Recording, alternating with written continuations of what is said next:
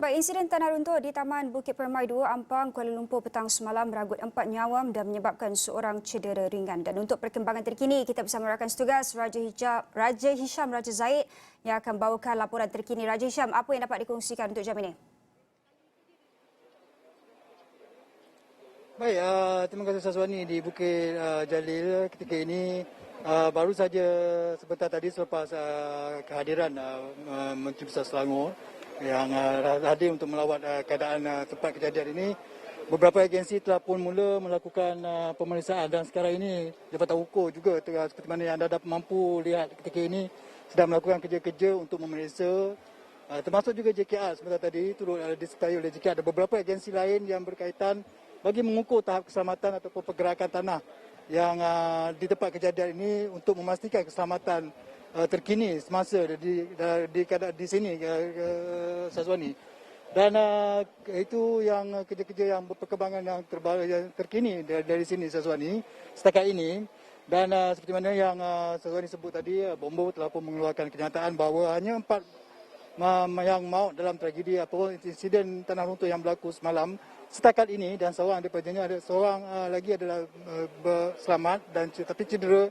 Tapi ketika ini juga kita sudah tentunya akan menunggu hasil kajian dan juga laporan yang mungkin akan dilengkapkan oleh pihak berkuasa tempatan bagi memastikan 48 rumah yang diarahkan berpindah ketika ini itu sama ada mereka masih boleh kembali ke rumah masing-masing ataupun tidak. Dan kejiranan di sini pun ada yang semakin ramai sebenarnya yang telah pun mengambil peluang ini ataupun mengambil keputusan untuk bergerak keluar dan berpindah dari tempat pada radius yang dibenarkanlah, Sazwani. Dan mengikut Menteri Besar Selangor dalam kesedaran media yang berlangsung tadi juga, dia turut menyatakan bahawa akan kajian dan juga laporan mengenai tahap keselamatan terkini mengenai tapak runtuhan tanah yang berlaku ini mungkin memakan masa lebih kurang 3 atau 4 hari. Dan itulah tempoh yang perlu dijalani oleh penghuni-penghuni di sini yang diadakan berpindah, ya, sebelum mereka dibenarkan berpindah kembali setelah dipastikan semuanya itu selamat, Sazwani. Ya, baik Raja Hisham, dengan apa yang diumumkan oleh Menteri Besar Selangor sebentar tadi, termasuklah bantuan RM10,000 dan juga tiada aduan sebelum ini yang dilakukan oleh penduduk setempat, bagaimana penerimaan penduduk di sekitar kawasan tersebut melihat kepada pengumuman oleh Menteri Besar pagi tadi?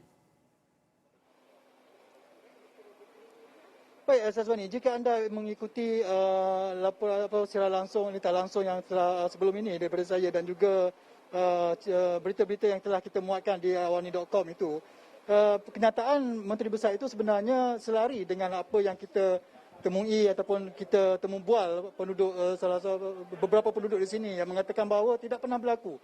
Dan ini adalah kejadian kali pertama, walaupun skala kecil ataupun pada skala besar, tidak pernah berlaku di sekitar kawasan ini berlakunya tanah runtuh dan tidak ada tanda-tanda. Ini mungkin salah satu sebab juga, ya, sebenarnya penduduk di sekitar sini masih lagi dalam keadaan terkejut kerana tidak menyangkakan sebarang tanda pun tidak pernah berlaku sebelum ini. Dan seperti mana yang Menteri Besar Selangor perkatakan ataupun nyatakan sebelum ini bahawa hanya ada satu laporan yang pernah diutarakan oleh penduduk, iaitu itu pun membabitkan kawasan yang jaraknya hanya adalah 4 km daripada kawasan ini. Dan saya kira kenyataan Menteri Besar itu selari dan bertepatan dengan apa yang telah kita temui penduduk di sini secara peribadi. Saya sendiri bertanya dan setelah itu kita muatkan dalam berita-berita di astrawawani.com sebenarnya, dan mengatakan bahawa tidak pernah ada tanda-tanda walaupun pada skala kecil runtuhan itu pernah berlaku di kawasan ini. Dan tentunya tiada laporan mengenai ini pernah dibuat. Okay.